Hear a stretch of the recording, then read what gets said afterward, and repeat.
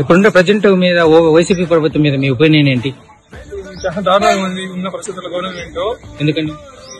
సంక్షేమ పథకం అనేది డెవలప్మెంట్ ఆపేసి సంక్షేమాలు చాలా ఇదిగా ఇస్తున్నారు. అది మెచ్చుకోదగ్గట్లేవు. డెవలప్మెంట్ ఆపేసి దీనికి అంత కరెక్ట్ గా ఏం లేదు. గవర్నమెంట్ అంత సిచ్యువేషన్ బట్టి ఏం కరెక్ట్ గా లేదు. ఈ ఊళ్ళో ఏమైనా ఫేస్ చేస్తున్నారా మీరు?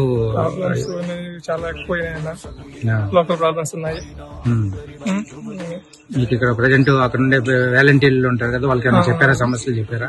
సమస్యలు మాత్రమే కూడా గవర్నమెంట్ అంత చెప్పుకోదగ్గట్టుగా ఏం లేదు.